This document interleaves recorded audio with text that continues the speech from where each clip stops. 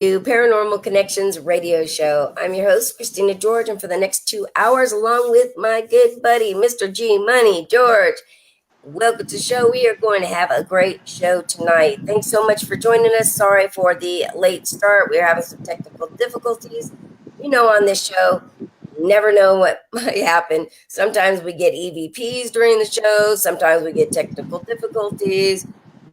Who knows? It's been interesting, but at least we're here and we've got it. Let me, for everybody else who is not on this stream, let me go and share it. So do me a favor, everybody, for the ones that are tuning in, please make sure to share this video so that we can get it out. Let me make sure that we are on.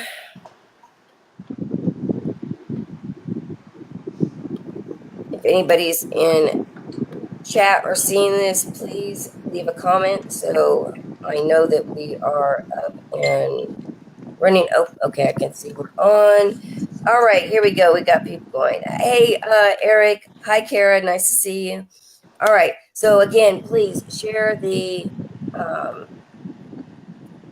link on the other pages because the other one, for whatever reason, deleted itself. It I don't know what's going on. It's, like I said, crazy day. But for those who are with us, I want to, first of all, you can see our guests are here with us. Many of you may know these two. Some of you may not, but it has been pretty much what I've been seeing is a lot of people know our guests tonight. First of all, they have been on just about every major television show that you could think of. They've been on things like Ghost Adventures, Paranormal Witness, My Ghost Story, Ghost Adventures Aftershocks, The Haunted Case Files, season 1 and 2. They've got a team crossing over Paranormal Society, which is the cops crew that was established after they went through an extreme haunting with actually little to no help themselves. And now them and their team focus on helping the most extreme of hauntings with a passion for helping families struggling in silence like they once did. I really, oh, sorry guys, I'm sick and my voice is coming in and out, but as we always talk about on this show, we end up seeing that a lot of people, especially that are really in the forefront, the public eye of the paranormal, usually seem to be there because of their own personal journeys. And the things that happened to them, they had no help with. And so they had to kind of somehow find their way through. And once they were able to try to figure things out, they felt like they never want to see somebody else have to deal with the same kind of things with no support or no kind of help at all. You know, that's what got me into it, George. You know, same thing with you and Jay and Marie. Again, both of you have your own, you know, kind of personal stories, but you know, now you guys are together. You're doing the same thing. For those who don't maybe know you, why don't you give a little bit of history? I know you each, again, have your own personal stuff. So let's start maybe with you, Jay, of kind of what got you into this field. Then Reed, same thing with you, and then what you do as a team. Yeah, so I pretty much haunted and experiencing paranormal phenomenon that like I really couldn't explain, and I didn't have like all these like TV shows that we're a part of to really emulate, to watch, to really understand. So it was difficult for me. I saw spirit a lot as a child. I would make forts in my bed, at night with flashlights and try to like protect myself. I was terrified. I was seeing children in my room that were disfigured, that were, had just gotten hit by cars, that, had died tragically, and they were coming to communicate with me, and I didn't understand why. So it was difficult. While kids were reading like books like Cat in the Hat, I was reading books about cryptozoology, poltergeist, and clipping out little articles about Ed and Lorraine Warren in Reader's Digest. So as I got older, it continued to happen. The hauntings continued to happen. I was evaluated by doctors because they were my parents. I think were worried about me. Um, uh, I was fine. Nothing was wrong. They just thought I was a kid with this great imagination. But in many ways, my mother and my grandmother, the ones that raised me, kind of were very embracing of what was happening to me. And I found out later in my teenage years, they had gone through, similar things when they were younger. So it was kind of like it made more sense. To fast forward to August 13th of 1999, I had a near-death experience. I saw heaven, I saw hell, and I begged for an opportunity to come back. And I said, God, if you give me the audience, I will speak to them. Just speak through me because I don't know what to say. That led to me becoming a reverend for a while for a small groups ministry for college kids. They didn't like my messages because it was too dark and it was too demonic. And I spoke about spirits and ghosts, and I entertained conversations with other youth about these very things. So I kind of just walked away at the same time as I was being excommunicated from the church. Shortly thereafter, I met Marie, and then that's kind of how everything started for our team. But you kind of grew up completely different than me. You were normal. I guess you could say normal. I actually was the one reading Cat in the Hat. The only kind of ghost I ever knew of was like Casper the Friendly Ghost on TV. So I honestly I wasn't around any of that stuff. Not until recently I realized that I actually did like to go to haunted locations when I was a kid. It was in my blood, I guess. I just didn't know nothing about it. It wasn't. I actually was previously married, and I have an autistic son. And my autistic son, for many years, says he talks to people. He has conversations with things all the time. I always just brushed it off as he has mental illness. It's autistic. All that. When I met this wonderful man here, he got bonded with my son, and whatever my son's seen, he's seen. So it was sort of like my autistic son really didn't want nothing to do with mom hardly anymore and only wanted him.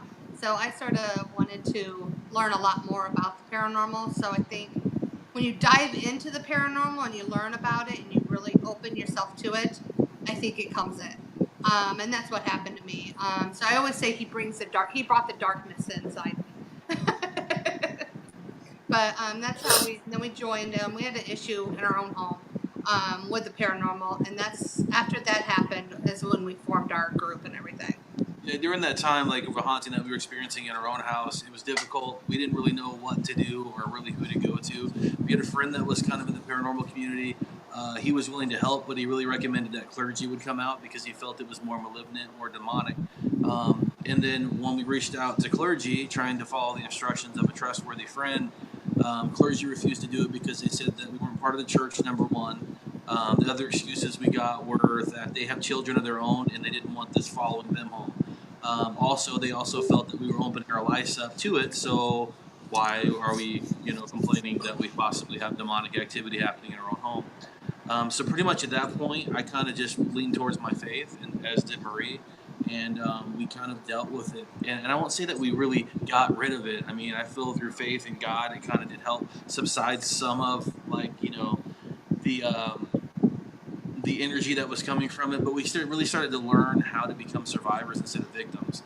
That's why Marie and I would consider ourselves haunted survivors because we're still going through it now. The haunting never went away. The haunting was always with me. It's never been the house, the location, wherever. It's just kind of where I'm at, and it just so happens that my now adopted son, who's now 22 next month, he kind of had that gift as I guess I did with seeing spirit. So it just kind of came with the territory, and we promised ourselves that we'd go out and we'd help other families that were struggling with the paranormal in silence, like we once did, and really not having an outlet. And that's how much like many of the messages out there. As time progressed, we really focused on like what can we do with these families, what can we do to help these people out, and our mission statement pretty much has stayed the same the entire time, which is to seek truth, understanding, and proof of the paranormal by any means necessary.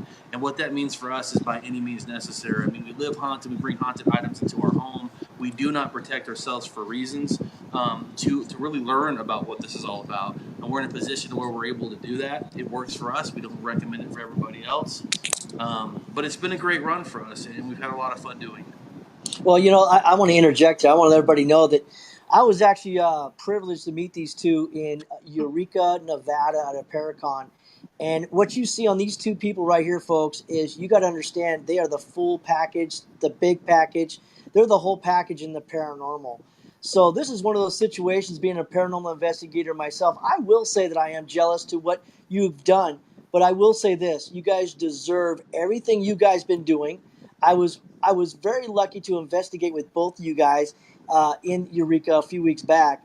And I just want to make sure people know that, you know what, if you don't get a chance to meet these two, you got to put it on your list. Not your bucket list. Put it on the list that you have to get done while they're still doing this work. They're amazing at what they do, and they are so humble and so grounded.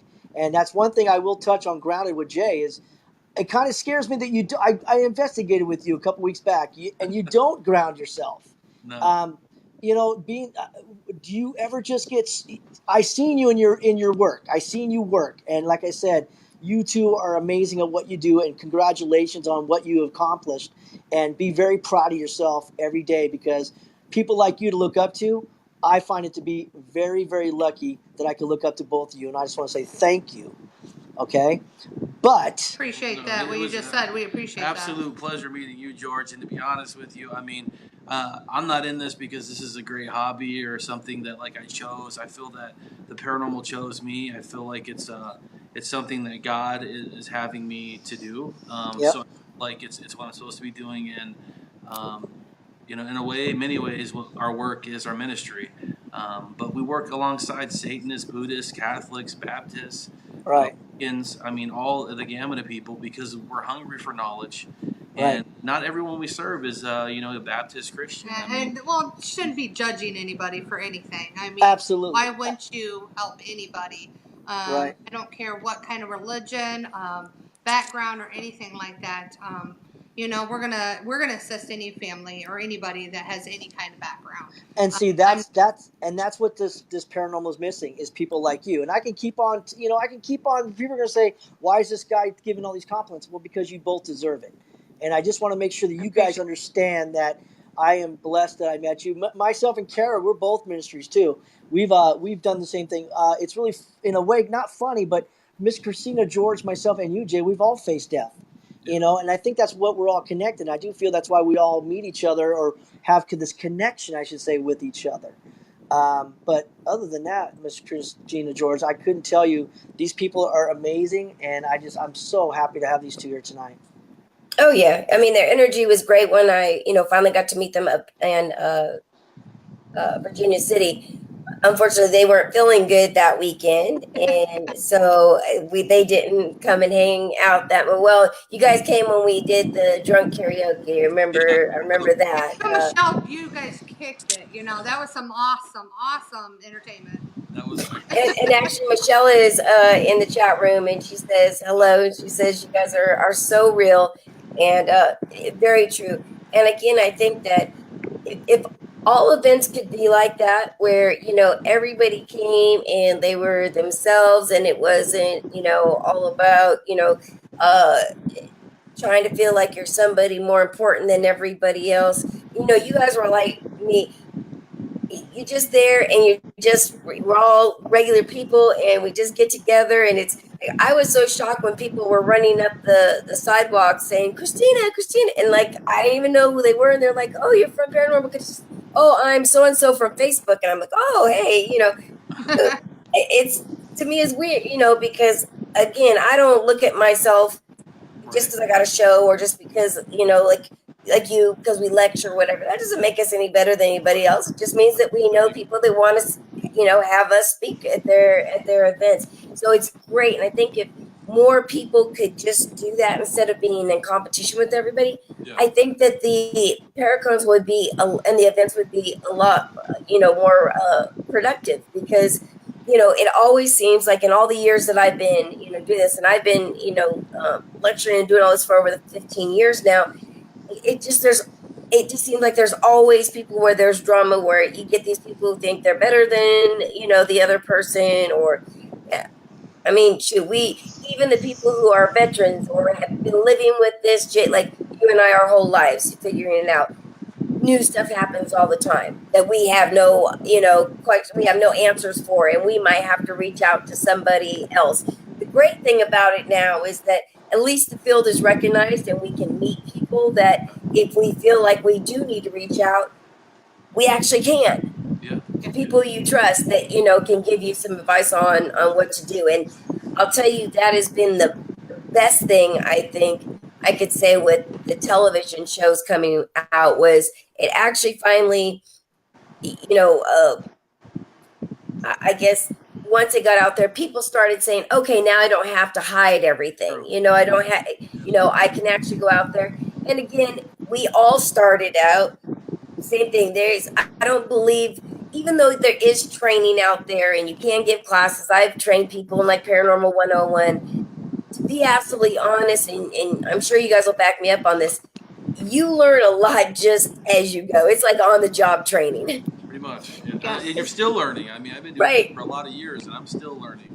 I mean, Well, even every- from emphasis, I pick up stuff. So From when we do our own tours or something, I mean, somebody that's never investigated before can actually teach you something. Yeah. It's just if you just got to open your mind and accept it. A lot of people just have that mindset like, oh, I know everything, so they're not going to accept the knowledge. But I will honestly say, Jay and I both, I mean, we're always open to, I will honestly say we have been very blessed with what TV we have done. We never asked for it. I mean, I'm not going to say I'm not regretting it. I'm enjoying every inch of it. I'm going to love it. We get to do more of it, and I love it. But we get to go and travel now. And each time we go and travel, we meet new people. And I will tell you, some of these other TV people, personalities you would say on the shows and stuff, I mean, you never would think how some of them are. I mean, John Safis, is so real. I will honestly tell you that Yes. man brought so much to me when I met him in Salem. I mean, it was just, I was so blown away by him. Now I have this connection with him. He's amazing. And the stuff that he just. And there's a lot of them out there. There's a lot of those people out there that are in the public eye that are more, they're more well known. Yeah. I guess paranormal investigators that are really great. I mean, I think the biggest problem we have in this field is that people are always in a constant competition to be the better person, to be the better man, to be the better investigator, to get to that location first. I mean, when I get to location first, that's cool, but at the same time, like, I want someone else's opinion. If I'm Right. the only one saying this place is haunted, I need other people telling me it's haunted too. Because if I put that on television and no one else is claiming that, then all of a sudden it looks bad on me. So I want other people's input. I want other people's information, and I do not know everything. A lot of what I do is just based upon my own experiences, and for me, the paranormal, it's more about the human experience. It's about living life. It's about increasing your tribe, if you will. Like you people, you guys are our tribe, in my opinion. As far as you're part of our unit. You're like-minded people who share the same passion, that don't have any ego, and really don't take any bullshit either. Can I say that? I don't know. Yeah. You can say bullshit.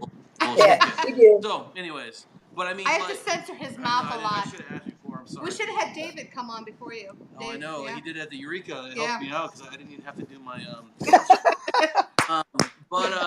You know what? It's just. I really think that it's really about that. It's about just connecting with people, and I've developed so many relationships with people, whether they're not known at all. I mean, like where no one knows them, to people that are really well known, and they're equally as important to me in my life. Yeah. And I've learned so much, and I've learned a lot about life. I mean, dealing with death. I've experienced death as a near-death experience. I just call it straight up death experiences because death was dead. But I mean, it's more I learn about life when I'm searching into death. It's weird, but it's just kind of how it all happens, and it makes me appreciate life more, and it makes me happier to live, to be a part of this community. It's just some people are a little toxic, as we know, but Jay and I have just learned. I mean, to be honest with you, there's probably been toxic people that come around us, but to be honest with you, you know what? Unless you do anything to us, I am not going to judge. You could be whoever you want to be in the world. That's up to you. But to be honest with you, the drama thing, I just can't do. I have enough drama in my own personal life that I don't need it from anything else. I mean, I have a teenage son that's 17, and that's enough drama. That's right there, all on its own. I have to say this. What started for me with Jay was when we were inside the tunnels a few weeks back up in Eureka one more time, and we got a Class A EVP. And I'll always remember you when it comes down to this. What made me feel that you are such a grounded young man is when you said, "Great catch."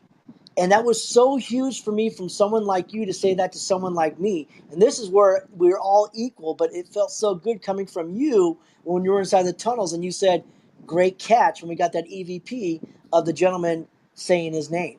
Even though it wasn't anything that I did that was not going to get done by anybody else, is the fact that you were able to say, "Great catch," and it was like I felt like, oh my God, the warrior. I'm this little army man, and this warrior just told me that I got a great catch. So I guess what I'm trying to just make sure everybody knows that even a paranormal investigator myself, you know what, you got to always just give, I don't know, just treat people straight across the board equally. And that gentleman right there and his wife, that's what they do. They treat people exactly how they want to be treated. So I just want to make sure you guys know that I felt really good investigating with both of y'all. Well, We were really glad that we're able to investigate because, like I told you, George, like oftentimes when we go to these events and we're appearing at them, we don't really get an authentic investigation experience with people. So it was kind of cool that everybody in Eureka was kind of down, like to actually like really investigate. yeah.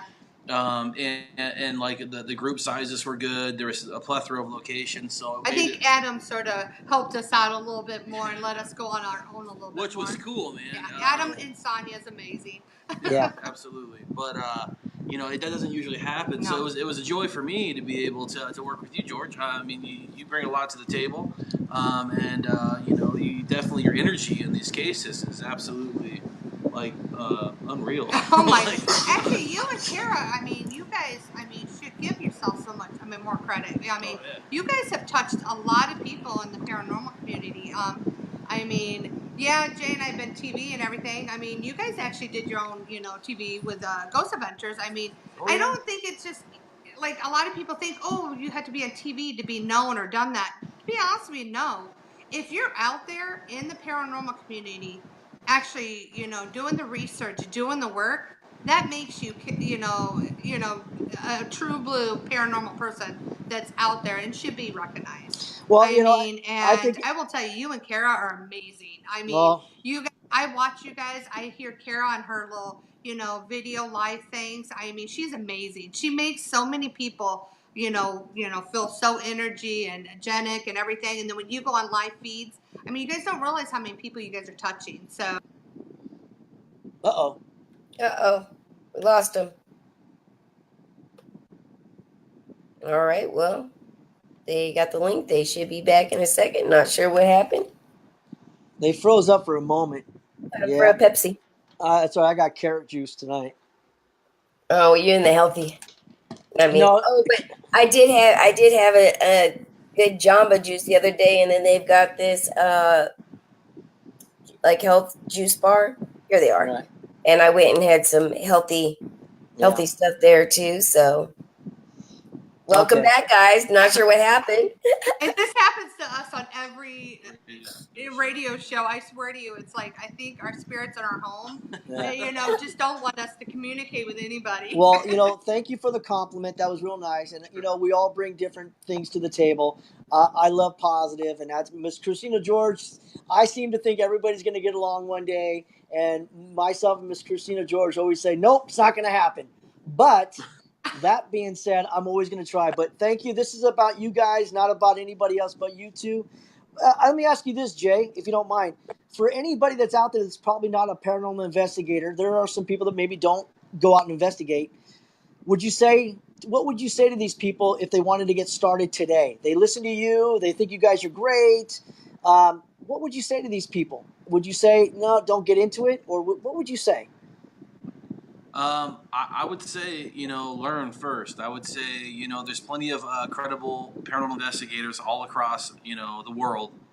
And, start networking. Reach out to them by email and see if you can't tag along on an investigation. Oftentimes, I think that people don't realize it, but a lot of teams are always, people are looking for new investigators. And I would much rather train a new boot investigator than I would someone that's been doing it forever, just because they're filled with much more passion, and they don't have bad habits, in my opinion. So I can kind of help with that. But I would say, like, find someone credible, and really don't just go out there. Whatever you do, just don't develop your website and your radio show and your YouTube channel first. I mean, put your you put your work in the field Another first. good thing too is there's so many amazing events Yeah. that people put on. I mean, if you actually are somewhat interested in the paranormal and you see TV shows and you see all this, I mean, go to some of the events. See if it's something for you. I mean, first. You pay. Some of them are $25. There's even some events that have free. If you actually really do the research and look into them, just go to some events. I would recommend doing that first, even before you look up for a team. See if it's something you want to get into, because I will honestly tell you, in the paranormal, it takes your whole. I mean, it's a part of your whole life. I mean, it Right. takes your whole family. It takes everything. I mean, it ain't just a weekend thing that you can go do if you're like a fisherman or something. No, this is a big part of your life. It's from morning to night and every day. So Yeah, I Yeah, think also, people realize how big it is once they get involved with it and they start their own team, they start getting their own equipment. All of a sudden, there's a financial burden. Now, all of a sudden, wife or husband are upset because they're never home. Then there's just expense after expense after expense, and time. It's so time consuming going over evidence, and then if you're managing an entire team, and then it's And you overwhelming. got to remember the families. If you're going out there and you're a beginner and you go to a residential home, I mean, you shouldn't be doing that. I mean, because you're putting another family in jeopardy. I'm not. 100%. I mean, you just need to start out at the beginning, and I would recommend doing tours. And there's so many different kinds of ghost tours, and hunts and all that In kind of every stuff. town, And there's one. every town there's some kind of ghost tour, an event, Paracon, something like that. I would recommend starting out there. And Right. I know they even have like a lot of paranormal meetups, like the Oh meetup yeah, group. They have a lot where they have speakers every month, kind of like Move On, but it's for the paranormal, and you can usually find it in your local town. And those are usually people who maybe don't have teams, but they're still very interested in the paranormal, so they'll have different speakers and stuff. So yeah, there's a whole lot of things out there available, but definitely I would say do not use television as your guide to how to investigate. Will probably cause you more problems. It's funny because I say I probably, like in the last 5 years, had just as many paranormal investigators as clients as I've had of just regular people who are clients, going in, they're not knowing what they're doing and coming back with an attachment. That's one of the things, you had spoke a little bit about how you guys don't do any protection or anything when you go in, and you primarily take on cases that are darker in nature. yeah. My question is, I mean, do you ever worry about that? Because in my experience, now mind you, I never was afraid growing up because I've always been able to see and communicate with spirits. Never was afraid or anything. Never afraid of a Ouija board, although I never, had used one. And as a teenager, uh, I ended up using one, and I got an attachment, a really bad one that almost caused me to take my life. And still to this day, I still have the attachment. I'm much stronger with my abilities, so I can seem to keep this thing at bay for a while. But if I get really sick or different things, that's when it seems to come and affect me. And I know a lot of times when people will not protect, and they're like, well, nothing's happened, or all these different things, but they don't really realize the severe effects that it can have, not only on your life but everybody surrounding you as well in your home. Does that ever worry you when you're going in not protecting? Yeah, of course. The situation with us just not being protected in the field is we're going to be haunted no matter what. Us going in and us like using crystals and sages and all these different things. We've tried them. I Yeah. mean, it didn't yield any positive results. It didn't do any good. And we don't ever close out communication, which I know a lot of people get really irritated, especially seasoned investigators. Like, what the hell is your problem? Um, There are I some get cases we do close it out. Usually it's me forcing you to close out a session, Marie. Um, when it's dark, we might close out a session, and that's just because we've been through that. We have brought home dark things, I guess you could say. But when you're taking things like a demonic case, which I've taken, Marie and I, hundreds of cases, and only 2 out of these hundreds of cases would we even consider remotely demonic. These demonic locations, these demonic entities know you're coming before you even go there. There's Right. already things that are already at work in the spiritual realm that have happened many days before you even contacting these people. And then, so once you go there, I mean, you're already left open. You're kind of vulnerable. The moment you go there and you realize, oh wow, like this isn't just like a normal case, and you can feel those cases when you go into it. I mean, I could say that the only form of protection that I really use is just my faith. I don't use any other things or any type of medallions or crystals or anything that really does anything for me, because I feel like there's no point. I feel like if you play with fire, you're going to get burned. And I just think that's just the way it is. And it's kind of, I guess, kind of like a hard ass approach to things. It's not intended to be. We don't close out communications generally because we want to communicate. There's things that we have taken home or things that have piggybacked us that we've learned more about in our own home, more so than what we did on the location itself, and learned that things that we thought maybe were kind of dark maybe weren't even really dark at all and they just needed some help. So for us, it's more about solving that problem for the client, solving that mystery of that haunting. But yes, there is repercussions to those actions, and I don't condone it for people doing it. We always say we have big caution tape on us. Don't follow what we do. And I don't recommend anybody to do it. I mean, but a lot of times, to be honest with you, in a way, I mean, the way everybody says grounding, we don't do it that way. But the way we actually teach residential clients is the way we ground. Is we actually tell our clients, it's almost like when you're telling, if a total stranger comes up to your child and was going to go push your child, what are you going to do? You're going to stand in front of your child and tell that person, you back the hell off. You ain't coming near my child. Well, that's the exact same meter that Jay and I have all the time. So that we've learned to have that all the time. It's something that we had to live with constantly. And that's how we, I guess, in a way, if people say we don't ground ourselves, in a way, I guess we do. It's just we've learned to be like very steadfast. Like, you're not going, if Well, something's getting bad. we have a lot of confidence in our God, I guess you could say. So for me, protection isn't needed in a way, I guess. We did learn a lot, though. I mean, we were featured on Ghost Adventure Aftershocks because something did attach itself to our family. It did affect our autistic son, who Yeah, was that was also my featured on. concern right there. Yeah, and I what I learned from this is that my son is like is essentially a medium. Like, I mean, he communicates with spirits. There's 100%. learned, and I got in contact with a great parapsychologist, Zach Bagans, that actually came through with. And there's a lot of things that weren't shown on camera that I learned about my son, that like he, how he feels his mother's energy, and this things that I just couldn't believe. I didn't know that when we were driving and we passed by like memorials like with crosses. I didn't know that my son actually saw the accident that occurred at that scene, but he was seeing it and I didn't know that.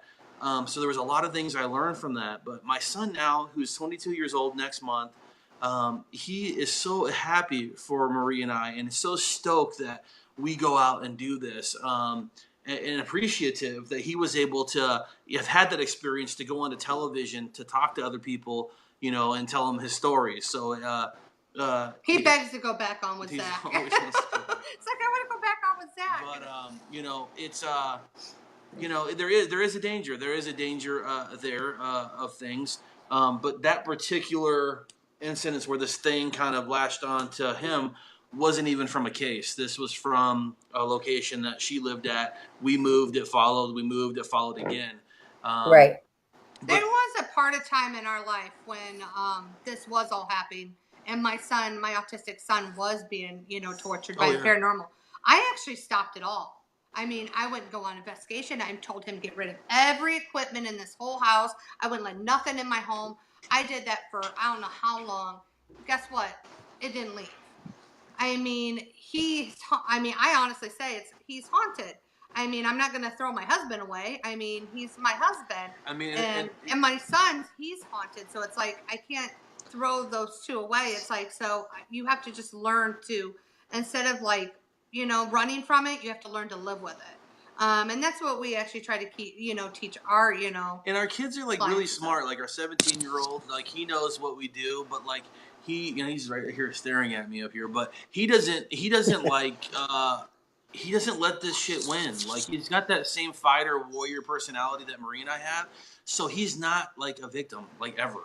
Marie wouldn't let it happen, but he definitely doesn't even let it happen. So he'll see stuff on a regular basis in our home, and he'll be like, "Hey, Dad, I keep seeing that tall shadow guy standing out there in the hallway.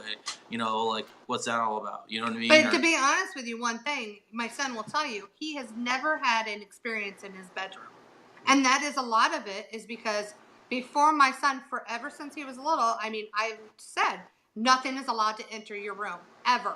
And I literally was steadfast, stood there. You're not allowed to mess with my child. So and you know what? It's and never has in his bedroom ever. And now he does it himself. I've taught my son that before he goes into his room, you're not allowed to come in my room. You're not allowed to mess with me in here. And he doesn't have any kind of effects at all in his bedroom. Don't get me wrong. Throughout the house, he does.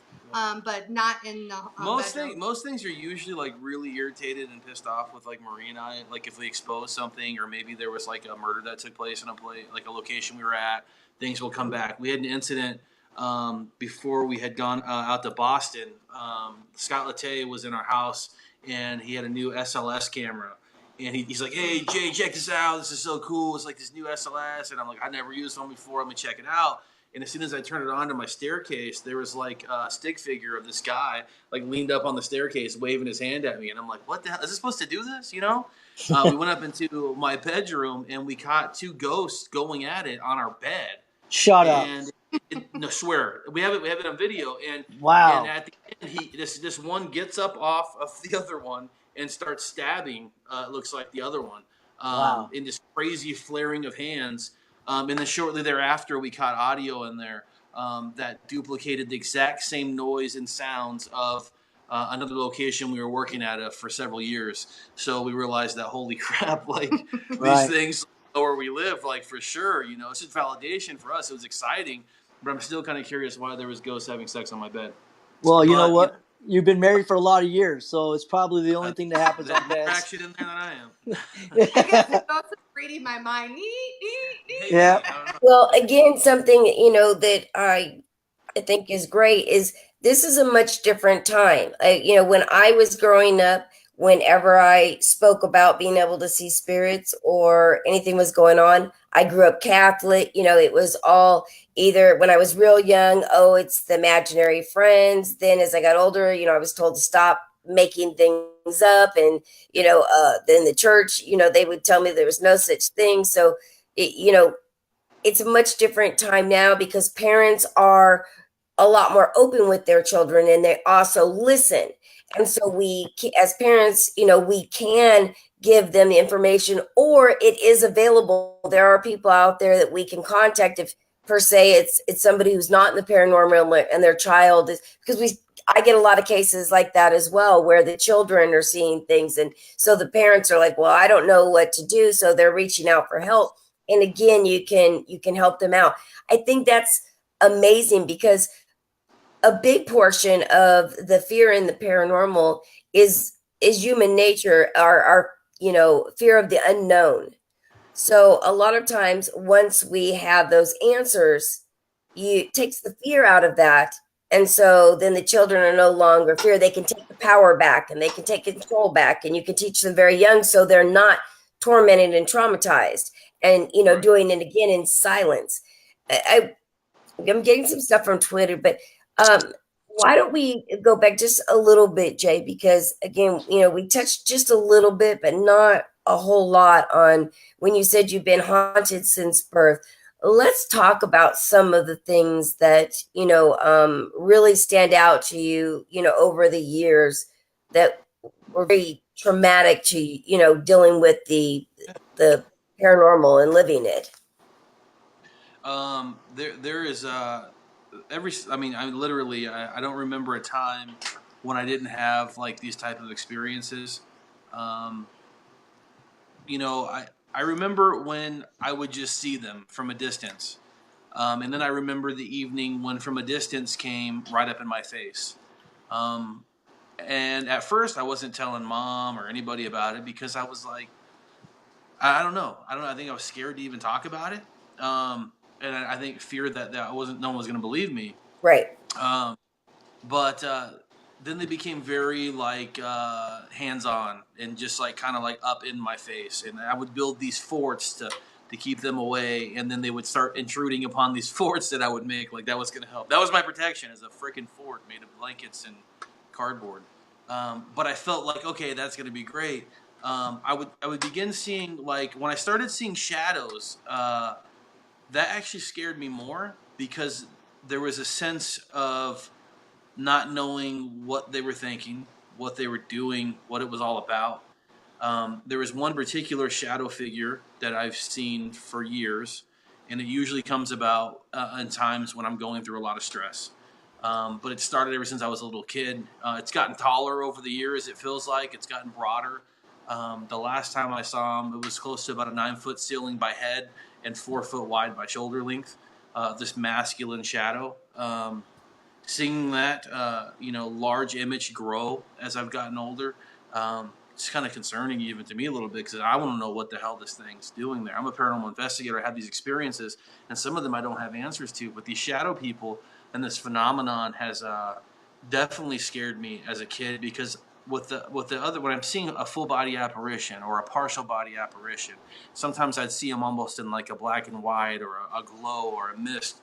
I could tell the expression on their face, whether they were good, they were bad. And usually, as I got older, as a child, I kind of learned that, like, okay, well, this person is just as scared as I am, kind of thing, you know? But when the shadows started appearing, there was just, it was very ominous. Um, but I had it after my near death experience, and I was 17 years old when that happened. Uh, After that experience, I saw some of the darkest shit I've ever seen in my entire life. um, Dark. I mean, the only way I can describe it is that there is a darkness in this world that has both life and death all encompassing in one. Um, Crayola can't brand it. There is a darkness that is very powerful, and it's filled with just utter loneliness and sorrow. And I have seen some things and experienced touch from these things, that as a young kid, even at 17, where I could remember a situation to where it completely, scared the hell out of me.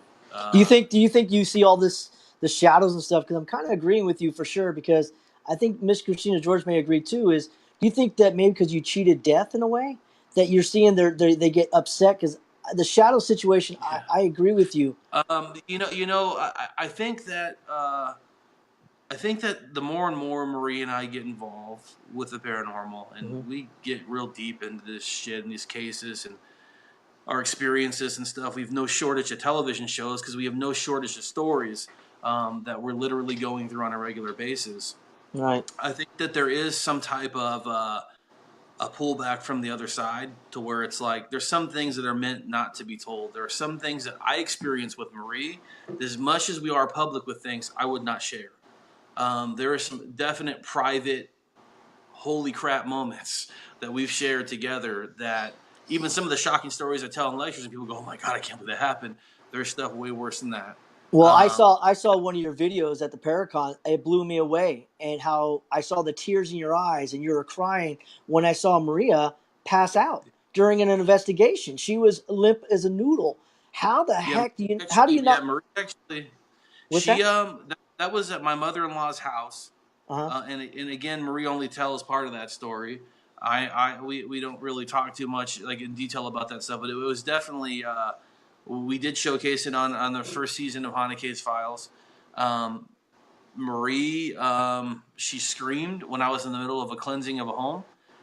She said it's in my head. She dropped. She was lifeless. I have 10 years law enforcement background, first responder. I could not find a pulse on her. She was appearing to be cold to the touch in her face almost immediately. Face was purple. I'm screaming at my camera guy, like, what the F are you doing? Stop rolling the camera, help, and he said, you told me never to stop no matter what happens, and which is true. Right.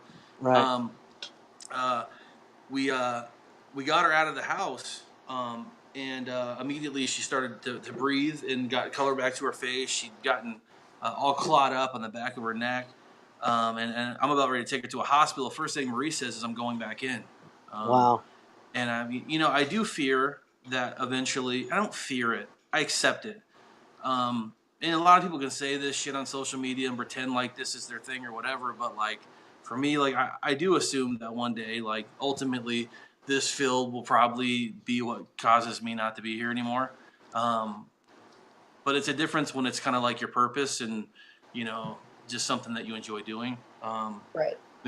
So it's definitely, so when we talk about pushback and stuff like that, we get it. We get it. Marie, she deals with health issues, and I wonder sometimes, like, where the hell that came from. And then sometimes things line up in certain kind of ways, and you wonder, like, wow, is this because we did this, or was it because we were here? And it's odd how this happened at this moment when we were dealing with this particular case.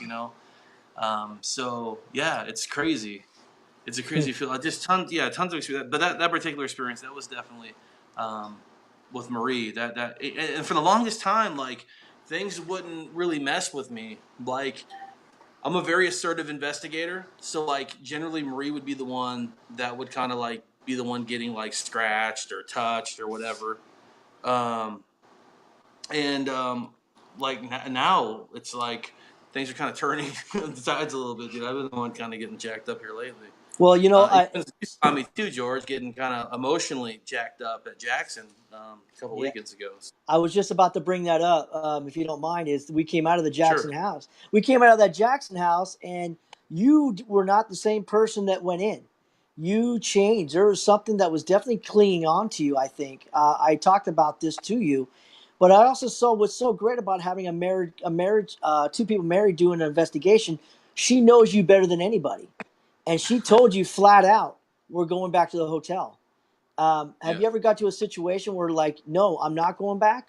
Or do you just go ahead and listen to your spouse all the time? Uh, I tried to push back with her that day, Yep. but I knew that if she's saying that, it was pretty bad. I always win. It was a little too I was way too. I wasn't in it enough. I was vulnerable. So I feel like had I gone and I continued, and she knew it too. If I'd have continued, it would have just spiraled downhill from there. I could have probably gotten hurt. I mean, and it's just because I was literally drained. Like, no energy, like emotionally spent. Like, I was fighting back tears the whole evening after we left the Jackson. We were only in the Jackson for 45 minutes. If we'd Exactly. have been in for like a couple hours, what could have Yeah. happened? What could happen Well, there for 8 hours? But I definitely, was very assertive there too. But yeah, it's definitely. There's been times when I've called it for Marie. Um, she's called it for herself a lot. Where she's like, "Yeah, I can't do this," which is good. right. Which to me is a sign of a good, well-rounded investment. If you're not going to be in it emotionally and physically, you just don't do it, because she's learned over the years, that it beats her up a lot. So, but I mean, you get like a lot of scratches, a lot of touches, a lot of grabs, and I know everyone screams, "Oh, demonic! It's sets of three, all this shit," I but think it's something Bullshit. like hurting me. yeah, I don't. A lot of times when I think the bruises or scratches or marks I get, I think it's my communication that I can get with the spirit world. A lot of people can talk to them, hear them, see them, all that kind of stuff. Mine is when I'm out there. I mean, they're touching me. I mean, really, do any of us know what happens when, the spirit actually does touch you? I mean, it may be, I mean, like I always tell people, like, you never know. It might be a reaction. I mean, if somebody is maybe allergic Marie's to, allergic to ghosts. yeah, maybe I'm allergic to ghosts and I break out. I mean, let's think about it. If That's someone horrible. has lavender, he's allergic to lavender. So I put And lavender on my sage. hand and I go and touch him, he's going to have a huge rash on his arm.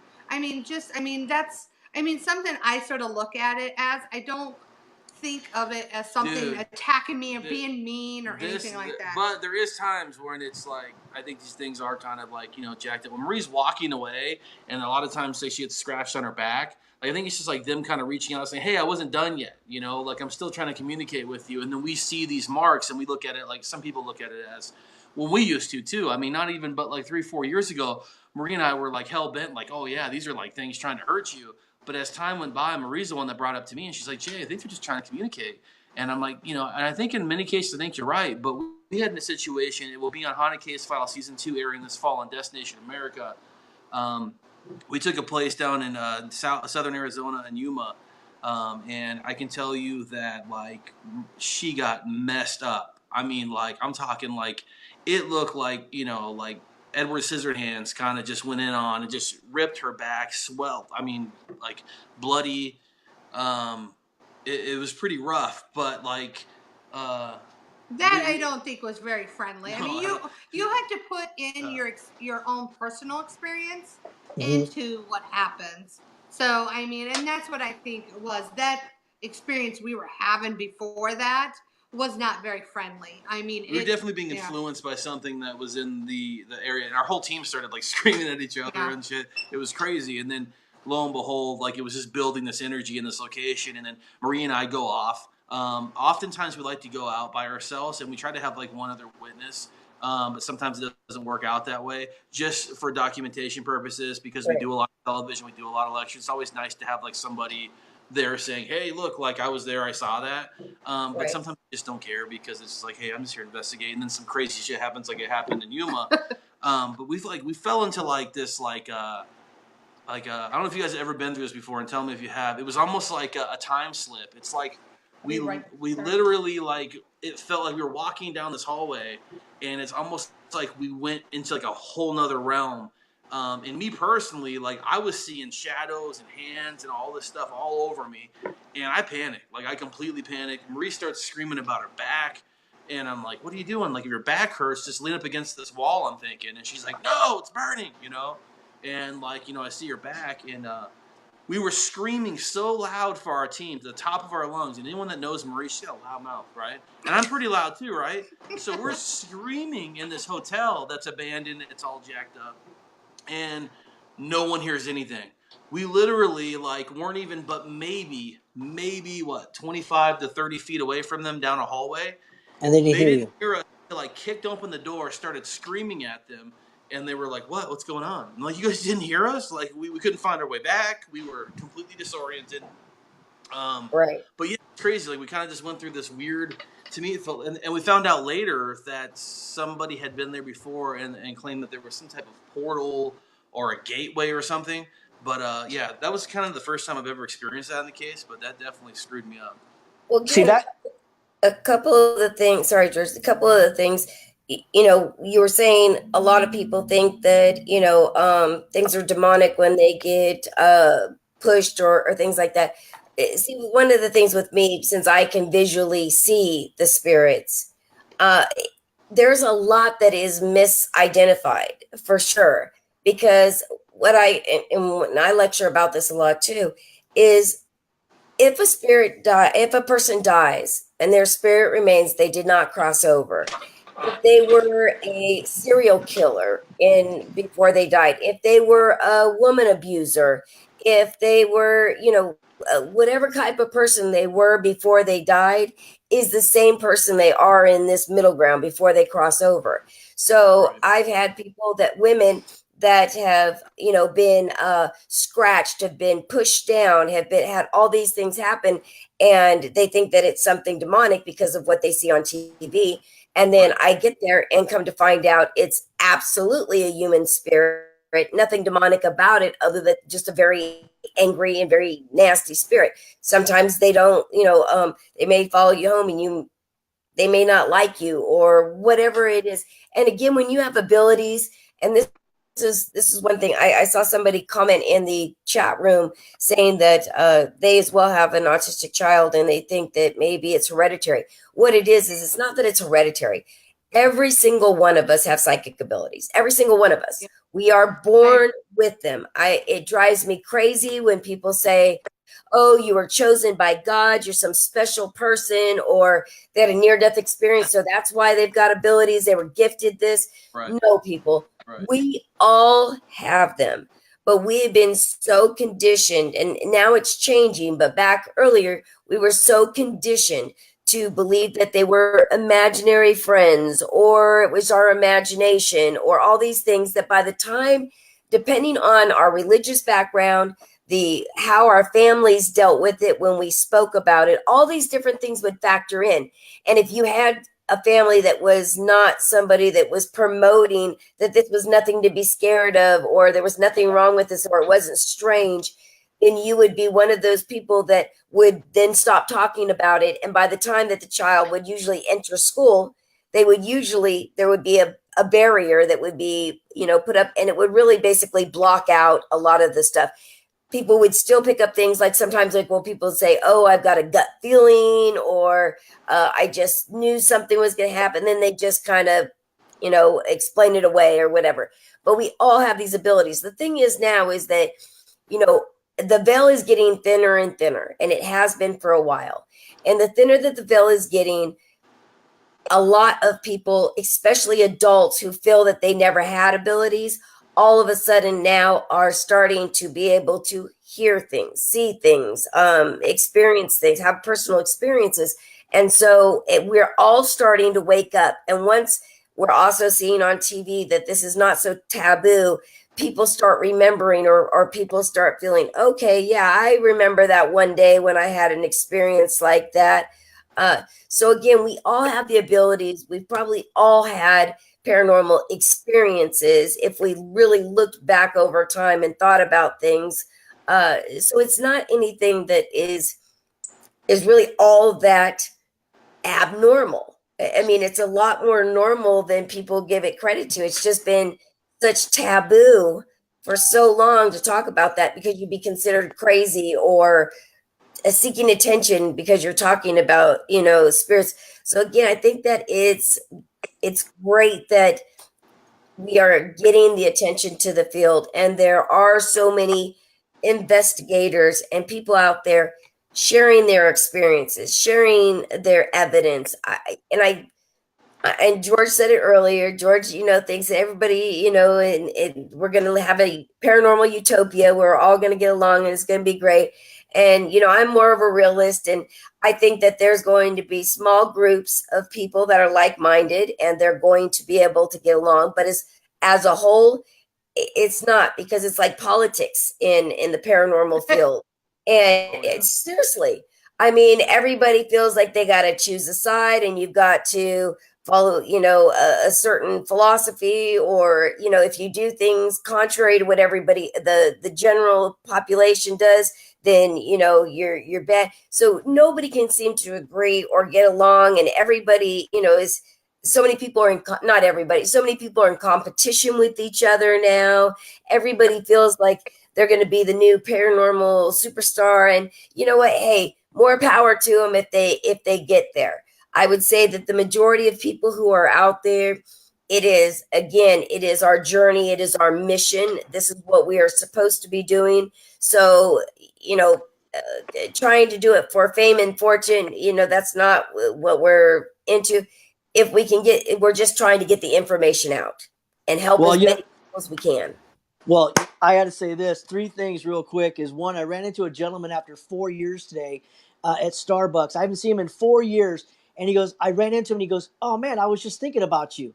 So that made me think, like, you have a gift. You just don't know it. So I'm just reflecting on what you said, Christina George. We all have gifts. We just got to just recognize the gifts, slow down, etc. Number two is when we were just talking about where, like, the scratches that happened to you, Maria, all of us are paranormal investigators. My input on that is, and nobody's really wrong, nobody's really right, is we can control how to reach for a glass. We can control to grab it.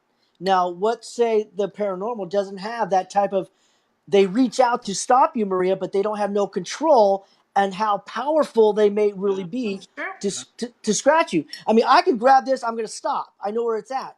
But if I'm paranormal, I'm going to go after it. But oh my God, I went too fast or I went too hard because I'm using all the energy that actually, if I was a ghost, I can control how I grab something at a rate of speed.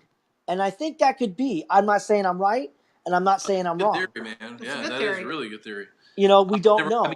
I was trying to go in that direction, but I hadn't really thought it that far through. But yeah, that's I pretty mean, cool. who's to say? Yeah, I mean, All of us will be right, or we all can be wrong. Now, to the point of us all getting along, what is really beautiful about the paranormal tonight is the fact that four of us are sitting here right now, and we all get along like brothers and sisters. Now, that disturbs me is when we do have the four of us. Well, why can't we do another four, another four, another four, and we all can get along? I know it's not going to happen in the lifetime, but I'm going to keep on doing this paranormal for positive vibes and positive actions. And one day, maybe we can all get together, not as a full family, but as getting together and getting along and just working with each other. But as soon as we leave and we go elsewhere, then you can do what you want. But I Yeah, find it to I be mean, it's like society, you know. I mean, not everybody's going to get along, and the thing is I don't think that we do all have to get along. no, we I don't. mean, we're talking about real life. And so people think differently and people want to do things differently and people have egos. And in real life, outside of the paranormal, when we meet people like that maybe are contrary to how we think or whatever, we may not be mean to them, but we're not going to choose to invest or, hang out with them. So that's what I'm saying. I mean, I don't Absolutely. feel that we need to all get along. That people are different and not everybody likes everybody, but you should, you know, pick and choose and surround yourself with the people who are like you that are going to give you what you need. And again, we've seen there are a lot of great people out there who Yeah, are like-minded, and so instead of worrying about trying to make everybody get along and focus on the ones that we are interested, pull those people together, plan things together with those people, and I think that's the way to go about it.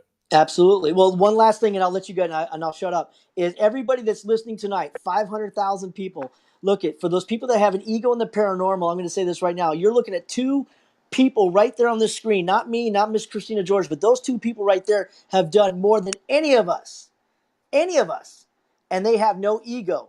They're the most humblest people I've ever met. And if anybody's going to have an ego or an attitude, they should. But guess what, guys? They don't. So put yourself in check and just keep on paranormal investigating and do what you can do. But look at these two right here. This is how you're supposed to act. Exactly what they're doing tonight. They're humble and they're nice people. I think the biggest problem is that, like, as far as everyone coming together in the paranormal community, I think Christina, you touched on this earlier. It's agenda. I mean, like, everyone has their own agenda, and I mean some of the agenda is just they want to go out and have a fun weekend Yeah, with friends, just doing some ghost hunting. And then there's those who want to be out there and they call themselves paranormal investigators. To me, I don't care if you call me ghost hunter or you call me a ghost consultant. It don't matter to me. I am what I am. I'm Jay. That's Marie. But I mean, like, realistically, Right. but people's agendas like crazy, and it is unfortunate. We talked a little bit about TV. Marie and I, we have been very blessed to be on a lot of TV, and it's a double edged sword, man. I mean, you have people who are like, "Oh yeah, Jay and Marie are full of shit because they were on TV, or they were We're dishonest, sellouts. or were sellouts." sellouts. I've heard that one. Yeah, We got more love than we do haters. But Marie and I, we try to keep it real. Like, we just talked about it in Eureka in Virginia City. I played a clip in Virginia City, I think it was, of this big old reel they had for us on Destination America that was like Jay and Marie Yates formed Crossing Over Paranormal Society in 1999. In that's freaking hot. 1999, I had a freaking warrant out for my arrest for trespassing and jumping some guy named Gus's backyard looking for ghosts. Like, I mean, I didn't form Crossing Over Paranormal Society in 1999. I was ghost hunting. I didn't know what the hell that meant. Obviously, it means running from the cops. But I mean, Right. I didn't get charged with And anything. we do not recommend that. No, Do I not don't. No, no. trespass. I mean, like, you legit will get arrested. Like, I mean, I had like a warrant out for my arrest the day before Thanksgiving. It scared the crap out of me. Yeah. But I mean, like, legit in 1999, like, I was out just doing weird stuff like that. I didn't meet Marie, and we didn't start forming the crew till around 2003. But it's funny because TV will take something, and they got the number 99 probably because of another conversation. Maybe I don't know why. But it made it to TV, so then it's like, and I always make sure to it that we always say things. Example, we were talking earlier about TV, how Marie, she passed out, and it shows me coming to the rescue, picking Marie up and walking her across the threshold. Bullshit! I did not pick her up. my camera guy was the one that picked her up. He's never picked me up. But I didn't get married. No, I did. But like legit, like he picked her up because I was panicking and freaking out, and he's the one that picked her up. But you know, example, I did a paranormal witness about something that happened to me in the jails, and you know, like what I was saying was what happened, and what the screen is showing with my actor was not what I was saying. People you know have got to I mean? remember what's on TV. People want to see the entertainment. Yep. So they're going to show the entertainment. And I'm going to tell you, and you're going to say you don't, oh, then why don't they get rid of the entertainment? Then you wouldn't watch it. Exactly. I mean, to be honest with you, I mean, that's what the TV is for. They know exactly that's what people want, and that's what they're giving them. So, I mean, if you're a real paranormal investigator and you're watching these shows, you should know that. I mean, and that's where a lot of people call us sellouts. I mean, and you can call us that. I watch Ghost Adventures, not because we've been on the show multiple times, but I watch Ghost Adventures not because I'm a huge fan of Ghost Adventures as I am to the entertainment of the show. I like the beginning, the background story of the location. I like the commentary. And I like that, like, it's not about, like, actual investigations as much as it is about, like, them, like, you know, just going out and having fun and making each other laugh. But again, this is a Hold on. person who's been on the show, you know, a handful of times too. But you know, and another thing I like about Ghost Adventures is, to be honest with you, ears are burning. Okay, hold on. Okay, watch this. Okay, so I'm a huge Ghost Adventure fanatic. I love Ghost Adventures. Okay, I'm about to drop you from the show right now. Wait. No, don't drop me yet. No. But I want to just say this. My boss, I don't know if she's next to you or where Christina George is. She's not a fan of, so I can't, we don't talk about Christina. She's up there. Yeah, Christina George, I'm sorry. I'm sorry. I feel like I'm on the Brady Bunch. It's like I'm looking up. But you know what? You know what though? But for what I'm trying to get to the point is that these shows, although that they are based upon true stories, when production gets a hold of anything, it doesn't matter what show it is, whether it's your favorite show, Ghost Hunters, and you think, oh no, there's never been entertainment put in there, you're delusional, you're an idiot, because every show there is entertainment, and if there wasn't entertainment, there wouldn't be a show because it wouldn't get ratings. Exactly. I can tell you everything Marie and I have said to this date on television has been what has happened. What the production has done with it may be a little bit different. Funny thing, we were just filming a new season for another show here recently, and Marie was asked by the production, like the director guy, he was like trying to get her to talk about like this evil, malignant, dark spirit that was trying to kill us, right? Which had nothing to do with that. And he kept pressing her. And he's like, so what do you think would have happened if you guys would have stayed a little bit longer? And Marie, like cold-faced, said, well, I might have got some more evidence. But totally, he was so bummed out, man. And then we destroyed the whole set. We were throwing like chairs over, laughing and stuff. Like, you can't handle the truth. But I mean, like, we were having fun with it. But that's the reality of the shows. And, you know, some people that go on these shows, whether it's storytelling or otherwise shows, you get baited a lot, and if you're not strong-minded and in it for the right reasons, you might kind of flutter away into some other. A lot of them will. I will honestly say there's been some of these, you know, so-called people that have gone on TV. I mean, they do take it. Oh, I'm famous now, and blah blah, and I'm this big person and thing. You know what? Good for you. I am gonna down you if you know if that's how you want to act, then you go right ahead and do it. I mean, I don't see. I mean, to be honest with you, I'm more down to earth. I mean, I don't think I'm anything different. I honestly take us being on TV as another outlet to get to more people and help more families and help the paranormal community. There you go. Connect with other paranormal groups and teams throughout the whole everywhere. I mean, I've got to connect with people in the UK now.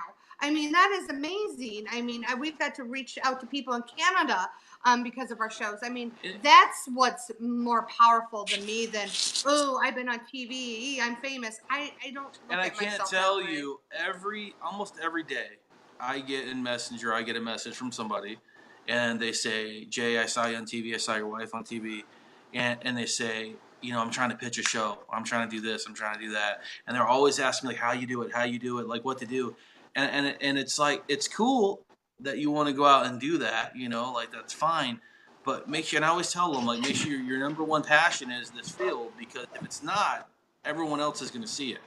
and it won't last very long, and it won't be very fruitful. I mean, we got YouTube now, we got Facebook. I mean, you don't really need TV necessarily You have Netflix. You to have get all your these. stuff out I there. mean, different ways. Amazon, all But that. you know, like I see that a lot. And there's nothing wrong with it. You know, just hopefully you're going into it for like the right reasons, and you're But I see too many young kids, man, and they're just starting out, and the first thing they want to know is how do they get their TV show, and what production company can they contact, and what format should they use, and can you put in a good word for me? And it's like, although some of these people have great show concepts, and I think they're great, it's a difficult, man. Like Marie and I personally have been contracted for a lot of different stuff for television. We've been on TV, I can't even count how many times, on random shows and different things and some real popular shows. But like the reality is like, like we've been turned down just as many times that we've gone on TV. We might have been on TV 15, 20 times, but we've been turned down 15 or 20 times too. And we too have been offered that one show where they're like, hey, we're going to do this. It's going to be all yours, and it's going to be all your passion, your dream, everything into it. And then it goes all the way to the end, and then nobody wants to buy it because it's not fake enough. So, I mean, that's the reality of the situation. How much do you want to sell out? Right. So Marina chose not to sell out. So we found a happy balance. Hey, you're not going to give us, like an opportunity to have a show exactly the way we want to have it. Then we're just going to show up on every TV show that you guys have available and tell our story. I mean, the whole paranormal drama thing. I mean, I always say the paranormal is like high school. I mean, you have your little cliques. I mean, to be honest with you, I mean, that's all the paranormal reminds me of. And I will say, Jay and I mean, more or less get along with almost everybody. To be honest with you, like I said, you walk on me or Jay, I will honestly tell you, you're dead to me then. I mean, that's the first thing, and I'll be the first one to say it. I'm a very straightforward person. And we'll forgive you for it. And I mean, I forgive, I don't but hold any grudges, but I'm not going to entertain my life with you anymore. yeah, no, I mean, but I mean, usually, I mean, we're very open to everything, so I don't judge. So I don't care. If you want to act like you're the famous person, then act like you're the famous person. I don't care. I mean, I'll just walk by and say, okay, hi, hey, famous person, how you doing? I mean, you just be happy with them, whatever. I mean, we're very open to everything. I will say there are a couple people that probably hate our guts, but guess what? You know what? Only a couple. I'm not going to sit there and drag it out. I don't even care. I mean, it's nothing that's whatever, I mean, I think in the past try to do stuff, but why give them the inch of anything and let them show that you're actually irritated by it, or let it bother you? So, to be honest with you, it's the whole drama thing. It's just people, you just. I don't think I'm along with Chris. I'm with you, Christina. I don't think everybody's going to go along. I don't. It's not gonna. Okay, hold I on. wish I was like you, George. I do wish everybody could. No, but you know what? I know too many nobody's. people are a lot different. I agree, and you know what? And I've been working with Christina George now for a couple of months, and you know what? I know for a fact we're all not going to get along, but I'm not going to stop every morning trying to pass on positive. It's going to make the paranormal better. If you go into a location positive, you're going to get more. You're going to get more evidence. I feel if you carry positive, you're going to get more evidence, and that is That's what God gave me. God gave me a great attitude, and I'm going to keep on spreading it out. And that's it. If nobody wants to jump on the train with me, so be it. But I'm here to pass on Then positive. you preach to the ones that are on the train. You don't always That's have it. to be looking for new passengers. I don't want any more. I'm done right. with passengers. I'm done. It's not the quantity, it's the quality. So, exactly. if you've got a good circle of supportive people, be happy with that. And if everybody else wants to not get along, hey, so be it. Have a good riddance. day. Let them kiss my ass. Yeah. We have a few questions, so let's get to those. And before I get to the questions, I do want to say I saw Devin Sisk in the chat room, and I wanted to say hello to him and a special shout out to Ellen McFarland, who has been sick. She was in the hospital. She is a good friend of all of ours, and I just want to say, Ellen, we're sending you our love and prayers. I actually had went and lit a candle for you when I found out that you were in the hospital. Wanted to go visit her. I wasn't too far, but I ended up with bronchitis over the weekend, and I've been running a fever, so I didn't want to get her sick. I've been even trying to stay away from my mom. So, but we love you, Ellen. Hope you're feeling good. Devin, let her know that we said that. Amazing hey, Jack, people. I see you as well. Okay, so let's take some questions. Jeff is asking, have you two ever been to the Bel Air house to investigate? No, No. we have not. I haven't either, Jeff, but definitely a interesting place. I definitely would love to go there for sure. Let's see. Well,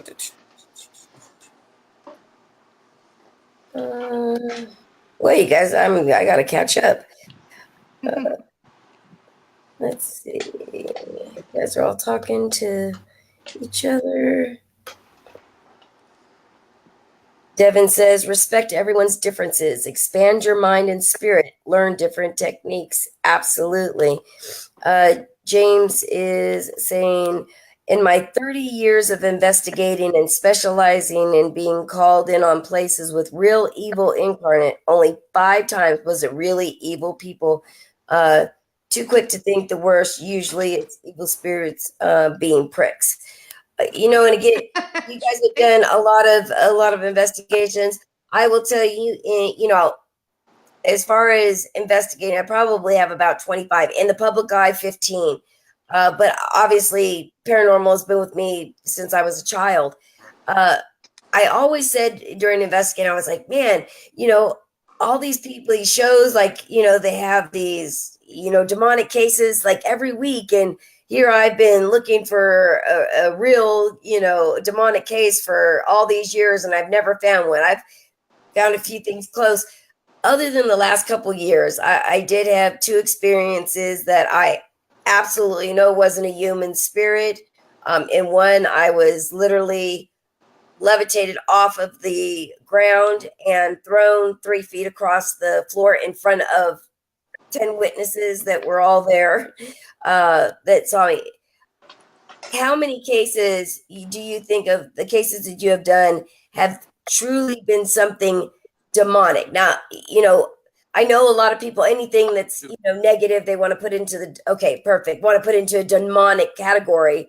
But I think once you've experienced something that's demonic, it definitely it makes you rethink anything else you thought maybe was demonic.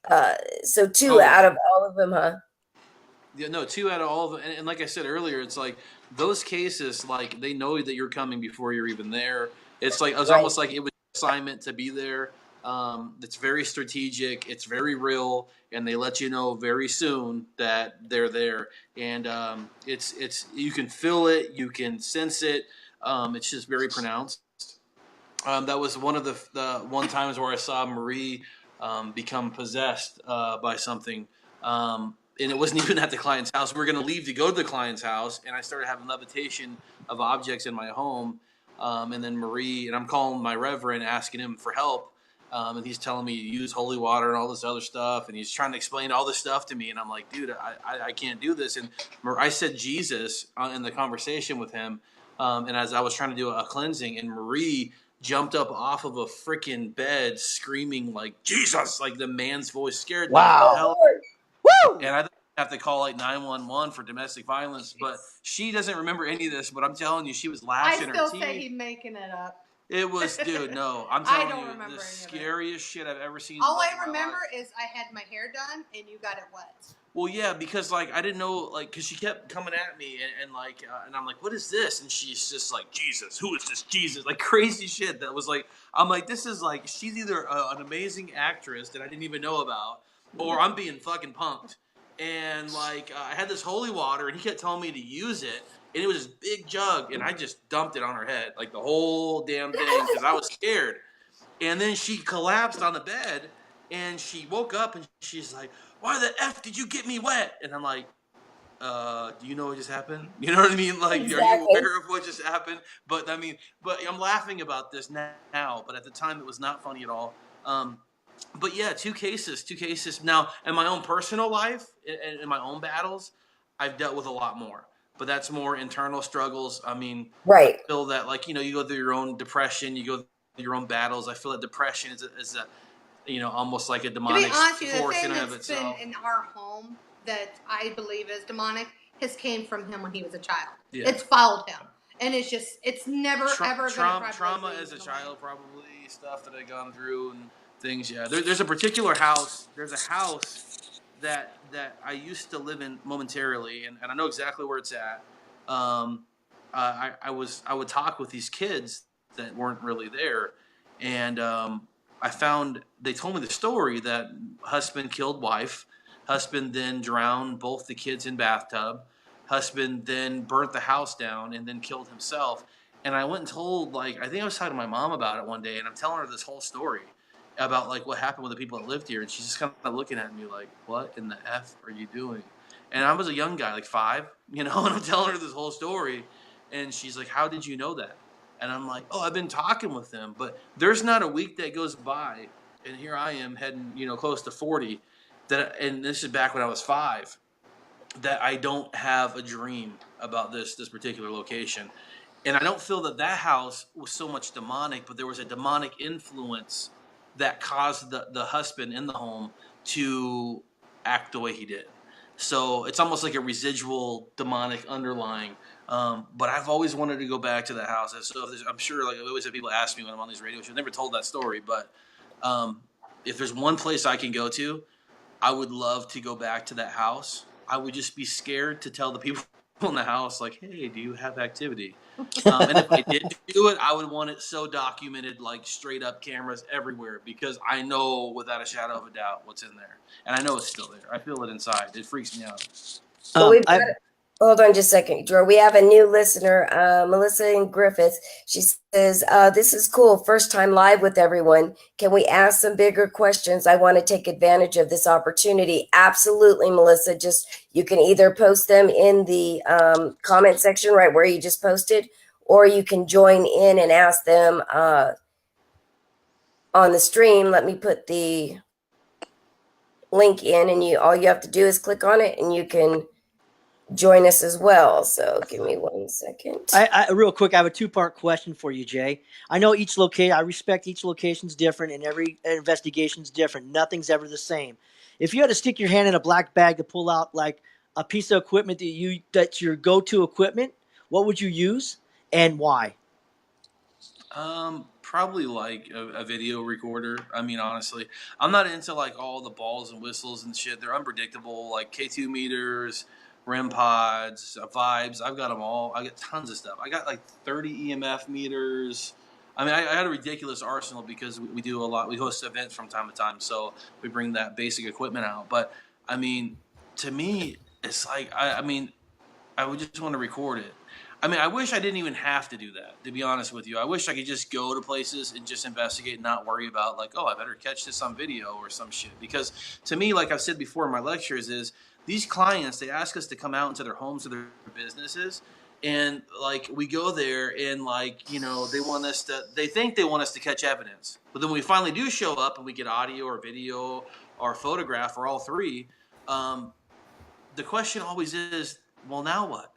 Well, Marie and I are kind of the now what. Marie and I are the ones that kind of like, we spend more time like doing paranormal consultations and counseling, I guess you could say, more than we do actual like investigations. Because legitimately, if I come into your house, I investigate it, and I do catch an amazing, piece of evidence, or Marie or our team does, that's not going to change the fact that your house is freaking haunted.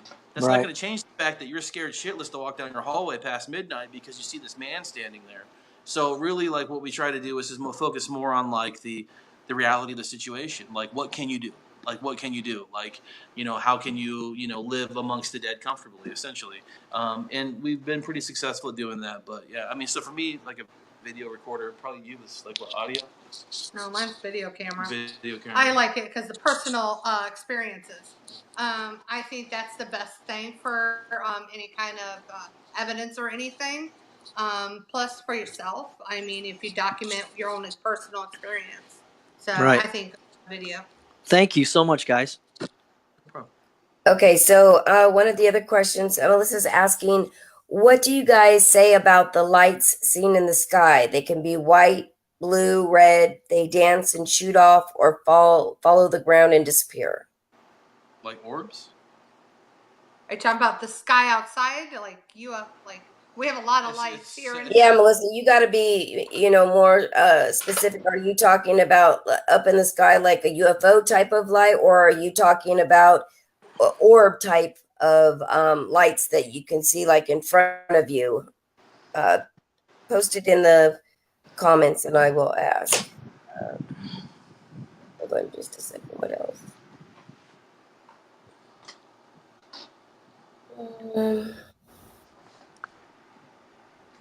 Head's getting bigger. Your head's getting Jackie says, crazy experience for me. I was at the Graber Olive House and the spirit was responding back to our group in my own voice, and everyone there was tripping out. That's really interesting. And actually, I actually spoke at the Graber Olive House with when Scott Grunwell was doing his Paracon there, and I actually got some absolutely crazy evidence as well there, and did a reading there. And one of the people was very interested, I guess, really baffled by the information I was able to give him, because he kept asking me, how did I know the information? Who did I know that was connected there? And they thought that maybe Scott told me, but Scott hadn't told me anything about the place. So yeah, that's a very interesting place for sure. Let me see if Melissa. Melissa's saying yes, an orb or lights. So She's like seen both. for me, for like orbs, I mean, like it's difficult because oftentimes orbs, as we know as investigators, are fragments on the lens, matrixing, lights, dust, bugs. So for me Shutter to speed. so something for me, I could deem something paranormal because of a light source. I could find something interesting. Now I have seen things with my own eyes and caught things on photo that were interesting, that were orb-like ish, I guess you could say. Like an instant, well, actually on Haunted Case File season 2, there's another story that we're going to be talking about the Sunkiss factory. I was talking to the owner. I had a Ouija board, and I was explaining the Ouija board to the owner of the location. And right behind him, this ball of light, like this orb, appeared. I guess you'd call it an orb, a spear of light. And it was so bright, it shined up the whole back wall, and it shot behind him and behind his girlfriend. His girlfriend jumped and screamed. I jumped back and screamed. And he's like, "Hey, what's going on, guys?" And I'm like, you didn't just notice this whole thing that just happened around you?" But I don't know. I mean, I think orbs, one thing, I think most of them are dust, bugs, all that kind of stuff. But there are some that people have experiences with. So if you're like sitting down and you're talking to stuff, and then all of a sudden you feel you getting touched, or something touches your head or something, and then you go back and you see in a photo or in a video something light go right around that. I mean, I do think there's something there. One thing I will say, I'm not going to deem somebody. I will tell you, when that's the biggest thing where we're out talking to the public on events. People will come up and want to show me their pictures of orbs and stuff. What do you think of this? I'm going to be the first one to say, "Oh, that's cool. Okay, yeah." I'm not going to deem it not.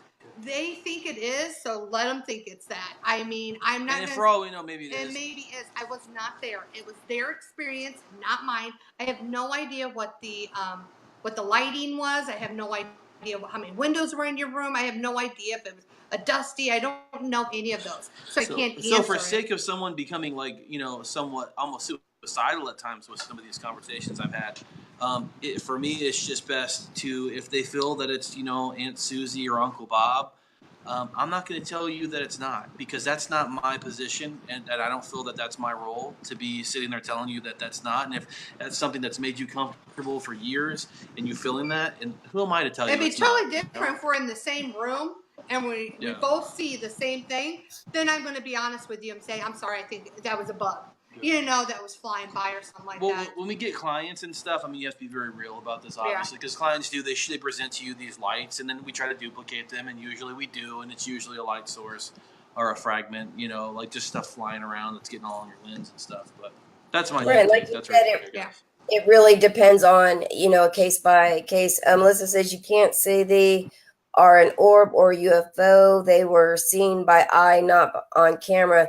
I mean, again, with an orb or a UFO, sometimes you can see them with your eyes. You can see them. I've seen many UFOs, in the sky over the years. I've also seen a few orbs as well. I've also picked things up on video and pictures that I didn't see when I was looking at it directly.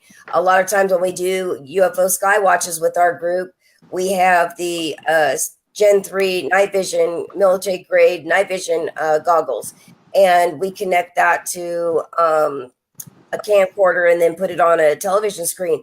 And just using the night vision goggles, you can see things that you can't see with your naked eye.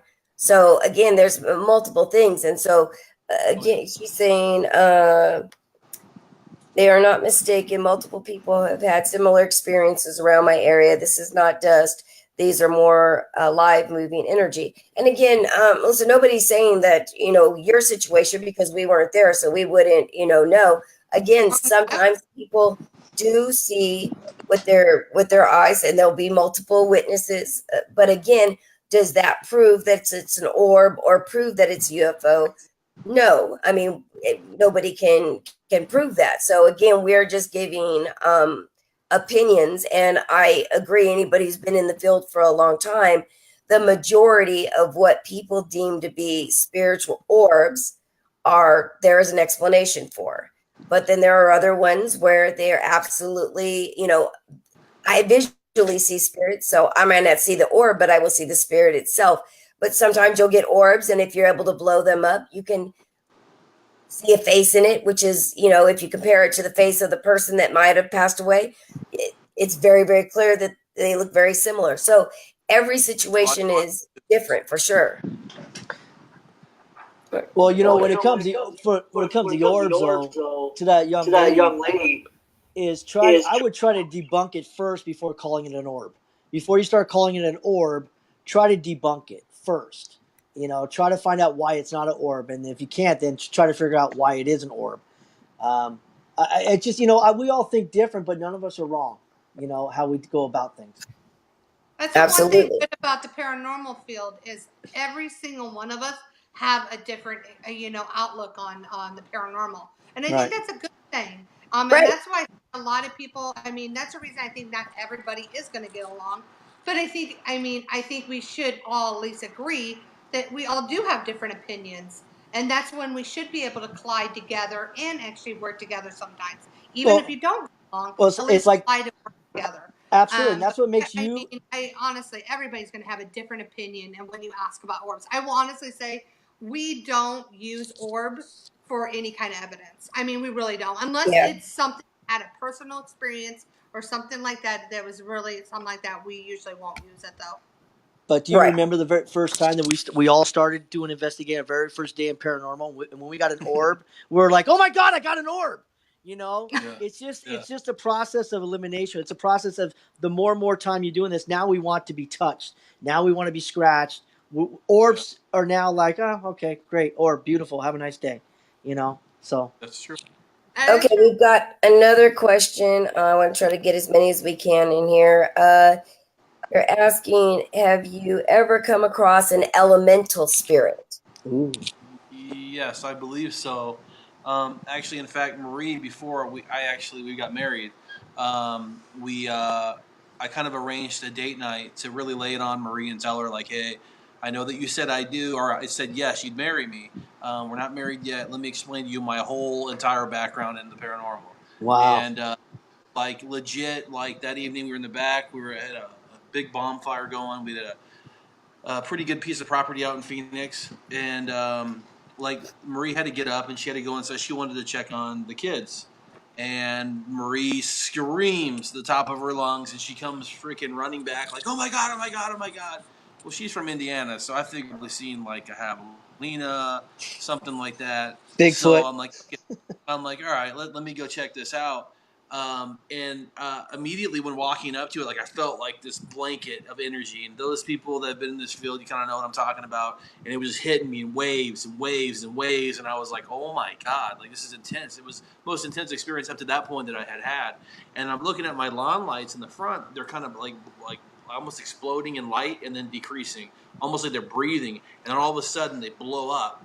And then she tells me what she saw. When I was walking into the house, he just got done telling me a whole bunch of spooky crap that he went through. And I mean, when you never heard any of this stuff before, I honestly don't know why I didn't run. You ran when you seen this damn thing, though. But when I was walking up there, I mean, I all of a sudden I seen like it was almost like a troll. I mean, it was a full. I mean, it was like a full thing. And to be honest with you, I know we lived in the desert, now Arizona, and I'm like, oh my goodness, is this some kind of animal that they have out here? You guys have some creepy little animals out here. So I'm like, well, oh my goodness. But the thing was standing on two legs, had little freaking tiny hands, and it freaking had flipping pointy ears, and it just, the eyes were so black and so in there. Like if you kept looking at his eyes, it felt like you were going to fall in there and fall in this tunnel and never get out. Wow. And I was like, you know what? I screamed and I hollered. Well, to me, like she described it as almost like a gargoyle-ish looking troll thing. And then when she told me it came from out of the house, like went right through the wall, that's when I was like, what the heck? So I would almost consider that like work of an elemental. We've definitely caught some weird things to where I think might have been elementals, like working in the Superstition Mountains, which many of you might have heard about in Arizona. We've done a lot of work out there. And we've caught some weird photos out there that look like these little creature things. I mean, we had an incident on Haunted Case File Season 1. I don't know whether to call it a shapeshifter or an elemental, but Marie kind of was like filling the location, and she does it all the time. I call it she Blair Witches herself, because she goes into corners and shit and scares me to death, and she'll just start rocking back and forth and shit. So it freaks me out. So she went out, like, we're at this old miner's cabin, and it was like the first pool ever made in Arizona, and she's standing up on this hill, and she's just looking like weird, right? Shit. And we snapped some photos of her, and there's literally this furry looking thing, and it has almost like a skeleton and reptile looking face, and it's wrapped around her neck. What? Yeah, I have the photo. I think it might be on our website. I don't know, but it was featured on Haunted Case File Season 1. But I don't call that freaking. I like to be by myself. A lot of investigators, I mean, you know, you go in there. I honestly, my moment is when I go into these cases and I open myself up. And when I do that, I feel things like saying, come this way, or, you know, go this way. So I do. It has nothing to do with Blair witching out. okay, so But the one of the two demonic cases we've ever taken. We're walking, our camera guys right behind us, Marie and I were. you guys make up. No. Long story short, the camera guy is like, "Hey, Yates," he's talking to me, and he's like, "Marie just walked into the other room," and I'm like, well, "Why did she walk into the other room?" Like, there was a lot of powerful things that were happening. I'm glad we can laugh about this now, because that house scared the shit out of me.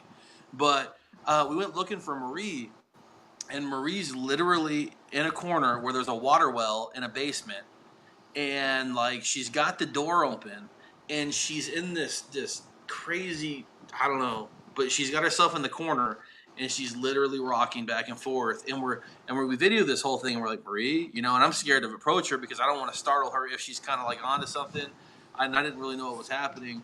We actually found a lot of the reason for the haunting in that particular water well later on, that the daughter was actually practicing, you know, different forms of things she probably shouldn't have been, because she didn't know what the hell she was doing, and it caused a lot more issues in the house. But yeah, I don't remember that, but I did see the video. you ever notice that, like, when the most intense shit, Marie doesn't even remember? She like blacks out, dude. That's good. I don't want to remember.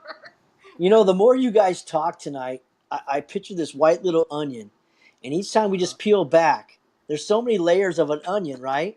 And you guys are like, you guys have all these layers. You guys have so much to tell us all. I mean, I'm a student tonight, and I'm falling in love with you guys even more by just listening to you guys, man. This is great. Good stuff. You should see us in our own element. We're usually like, whatever. You know, I'm right. He's always wrong, you know. Oh, this is good stuff. You know, you guys are married. I mean, I get it, and I get it. But you guys are definitely you guys are the full package. I really enjoy it. All right, let me check a few more. Let's see. I can't wait to see you guys in September, though. I really can't. Excited, man. It's gonna be We fun. got 2 months off, man. Like, we didn't have any schedule for the next 2 months, so It's going to be nice just catching up on normal Our life. team is trying to take advantage of that and have us. Well, actually, we're not really off because we're doing investigations almost every week and all the way up until then. Yeah, with our team. So Good. if they're watching this now, they're probably excited I just said that because I haven't told them any dates yet. So. Yeah, they say we ignore them too much. Yeah. Well, we're getting to the end of the show. It always goes by so quickly. I do want to let people know, what events do you have coming up that people could look forward to if they wanted to attend one of the events? We're going to be the 1st of September. We're going to be at the Haunted Biltmore in Tahoe. You guys will be there. So Put on by Devin and Ellen, and then Northern Nevada Ghost Hunters. Right. Great group of people. And Mike Casey. Yeah, we have a line of people that are going to be there that are just absolutely amazing. I am so stoked for this one. That's gonna be amazing. We're going to be out in the Gold Miners 2. Ghost Miners, yeah. That's in Columbia. That's Tammy's event out in Columbia, California. Last year was a really great event. We had a lot of fun, met a lot of great people out there. We're looking forward to that. And then that was a really cool event last year. I mean, it was so laid back. We had a ball up there in Columbia. Really so we're really excited that Tammy invited us back out again for that. So that's going to be fun. And another big one we're going to be at is Haunted Bourbon. We're going back out to New Orleans. This time we're going to be there, I think, a little bit longer. And Marie and I are going to be leading the investigations, I think, correct? Yeah. So with Keith Age from Keith Age, great guy. If anyone knows Keith Age, he's been in the paranormal community forever. Amazing, great amazing. dude. He's going to be out there with us. We're going to be leading the ghost hunts out there in New Orleans. But if you're looking for information about us, we're going to Toledo, Ohio. Yeah, the Paranormal Toledo in Toledo, Ohio, and that's going to be the 3rd weekend of September. So pretty much, go to our website, yatesfamilyhaunting.com. So yatesfamilyhaunting.com, or you can go to thecopscrew.com and get all that information. It's all linked in. That goes to our social media and to all of our stuff, and you can email us, message us, whatever. Awesome. We're excited about all the events.